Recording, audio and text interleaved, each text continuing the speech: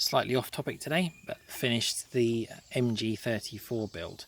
Now this is obviously suitable for various sidecar combinations, the early ones, hence why I wanted one. And yes, the bullets were the wrong end, in case you haven't noticed, but this was all 3D printed on a 3D printer that I designed, a big one, as you can imagine.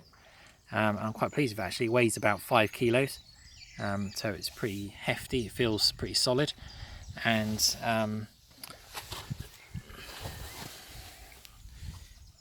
this is all knurled aluminium.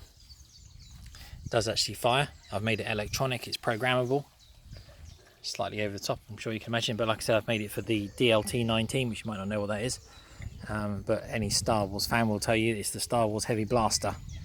Hence why it's adaptable with or without that. So you can switch it on here and fire it. And it also has flame effects down in there.